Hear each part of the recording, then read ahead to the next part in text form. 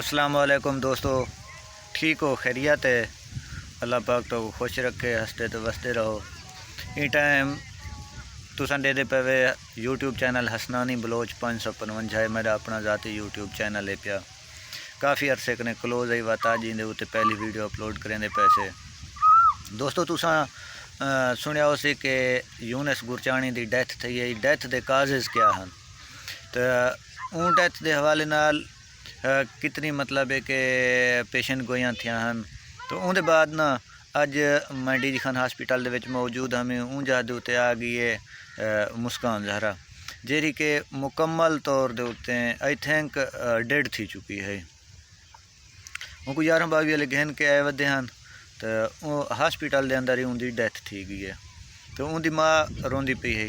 पहले उनकी अम्मी आदि है कि हर सस्ता यूट्यूबर ना यूनिस की मौत के उत्ते आके मुख्तलिफ किस्म के वीडियोज़ बने पैन या उनका प्यू रो रो के क्या प्या दे। अज मैं उनके कने सवाल करे ना कि हुण आर जे मैं विश को उनके दुख का भी एहसास थी सी तो उनकी कि इंसानियत क्या होंगी उनका भी एहसास हो सी। वीडियो को पूरी सुन सो। मैं इतना तो चंद गाली दसावण चाहना कि कुछ अरसा पहले जी मंगनी थी है ना, ये मंगनी करवाने वाली आर जे मैं वैसे खुद को ना यूट्यूब चैनल उत्ते फेमस करने वास्ते जदन मंगनी करवाई है अपनी बेटी मुस्कान ते जरा यूनिस गुरचाणी है उनके दरमियान उन टाइम इनके सबसक्राइबर की तादाद है 60,000।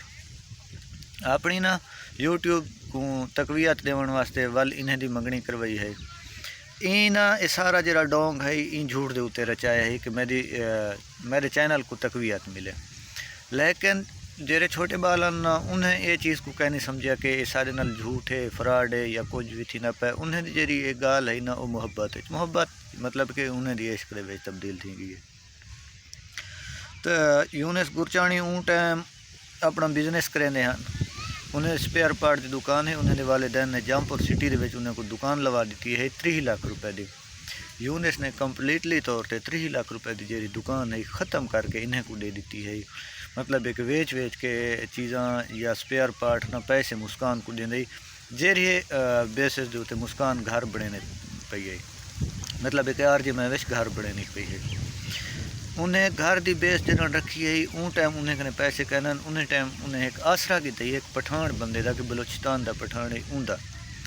उनके बाद मतलब एक गाल बात चलती रह गई है ना। ये जिस वेले यूनिस गई है एक विलाग बनाने वास्ते काफ़ी सारे मैं को दोस्त मैं को ऑफर की थी कि तुम जुलो आर जी मैं विश कट्ठे कोई विलाग वगैरह बनाओ चैनल तो मतलब है कि जल्दी ग्रो करे सी। मैं दोस्तों को आदर आना में कि कामयाबी जी है ना हासिल की वी कामयाबियाँ मोल नहीं की वे तो हुण उनकी डैथ थी गई है।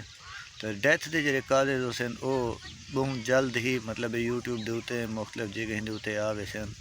लेकिन मैं को दुख था ऊँ टाइम मतलब एक लिपटी पई है हिंदे विच आई थिंक कोई सनक्राफ्ट ग्रुप तो मतलब एक उनके उत्ते वाइट किस्म का कपड़ा पाती पाया। तो मैं उनकी तस्वीर मतलब जी की है थंबनेल उत्ते तो जी तस्वीर तुसां दिखी है ना वो पिक्चर में उतना की है। लेकिन ऊँ जहाद उत्ते परमिशन को है क्योंकि एक लड़की है ना ऊँ जहाद उत्ते परमिशन को है। लेकिन काफ़ी सारी वजूहत जो हो सकते ना बाकी वो भी जहर थी वैसे।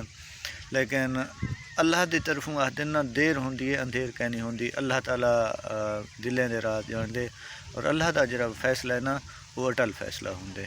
फिलहाल वास्ते मैं को दसो इजाज़त। अल्लाह हाफिज़।